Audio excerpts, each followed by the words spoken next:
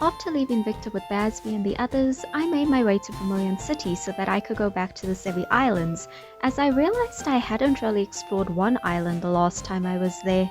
I popped into the Pokémon Center to see Celio first, and then surfed my way up to Kindle Road, where I quickly encountered a Ponyta. The only way to describe his appearance was majestic, and I had a really good feeling about him. So, after going a few rounds with Luffy, I caught him and named him Kyojiro. A trainer wanted to battle me right after catching him, and Kyojiro was eager to step up and fight.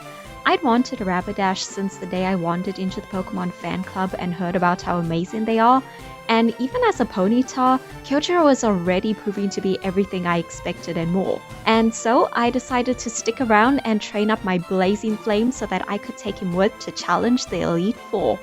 While training and exploring, we found a spa inside a cave. In there, I met the man who built the spa, and he gave me the HM for the move Rock Smash. Getting the TM reminded me that I no longer had a Pokemon on my team who knew Strength, and so I taught Luffy Rock Smash and then decided to teach Shota Strength before heading back out to continue our adventure. We surfed a little further north and found ourselves at Mount Ember, where we actually needed Shota to move boulders around to help us navigate.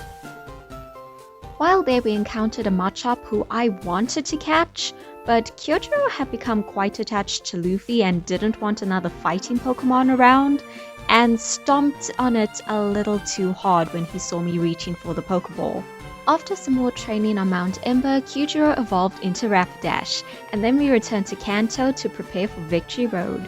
Even though Team Rocket had disbanded, the game corner in Celadon was still operational, so I got some coins and exchanged them for TMs. I got the Flamethrower TM for Kyojiro, and for Sheer Hoshi I got the Thunderbolt TM.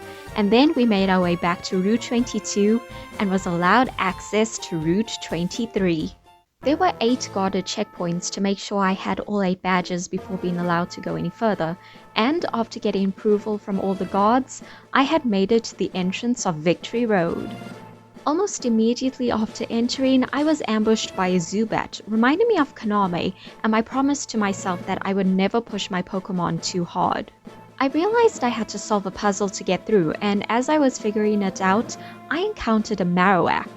After the incident in Pokemon Tower, I knew I wanted one, and so I tried and had to try again, but I did catch him and I gave him the name Inosuke.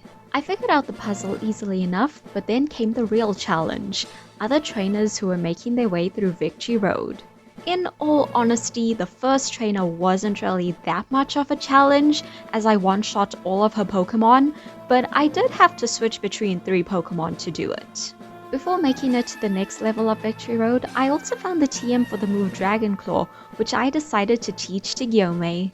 After that, I had to make my way through more wide-scale puzzles, strong wild Pokemon, and determined trainers. We admittedly did have some struggles along the way and even a few close calls, but I had more than enough healing items to keep my Pokemon going between battles. And because a lot of trainers had teams of varied Pokemon types, all my Pokemon got some practice learning to work together as a team. Somewhere in the middle of the cave, we encountered a water-type trainer who we actually struggled against a bit, and I couldn't help but wonder if Victor would have been able to handle the battle if I had brought him with. Maybe if I had trained him differently, he could have been with me in the final part of my journey. But then I wouldn't have Kyojiro, and even though he wasn't a part of that particular fight, he was a true warrior at heart and much better suited to be here. Also, the next trainer we faced up against was a grass-type trainer who Kyojiro soloed, so my what-if thoughts were cleared up pretty quickly. I knew I had an amazing team with me, and all of them were very much up to the challenge that we were heading towards.